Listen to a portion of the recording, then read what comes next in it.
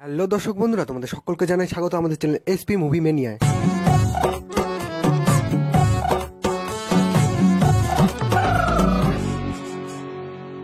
নতুন বছরের শুভ দিনে এসে গেল জিতের আপকামিং মুভি বাচ্চা শ্বশুরের মোশন পোস্টার, এবং সেই মোশন পোস্টারটিতে দেখা যাচ্ছে যে জিতের সাথে রয়েছে এই মুভির নায়িকা কৌশানী, এবং তাছাড়া রয়েছে চিরঞ্জিত এবং একটি বাচ্চা ছেলে, এবং তারা তিনজন মিলে জিতকে একটি দড়ি দিয়ে বেঁধে যেন কাঠের পুতুলের মতো নাচাচ্ছে। জিতকে দেখে মনে হচ্ছে জিত যেন একাধারে বাধ্য হয়েই তাদের তালে এই কাঠের পুতুলের মতো হয়ে নাচতে প্রায় বাধ্যই হয়েছেন, এবং তাই আজকে এসে গেল এই মুভির নতুন মোশন পোস্টার। পালিয়ে যাওয়ার সব ষড়যন্ত্র মুম্বাই পুলিশ ধ্বংস করে দেবে।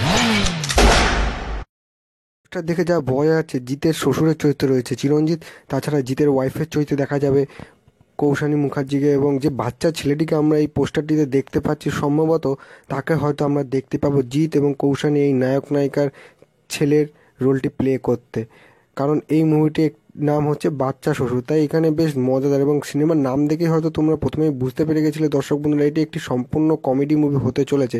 এই মুভিটি নাম বাচ্চা শ্বশুর, এবং সেখানে শ্বশুরের রোলে রয়েছে চিরঞ্জিত, এবং চিরঞ্জিতকে একজন নাটা শ্বশুরের রোলে আমরা দেখতে পাবো।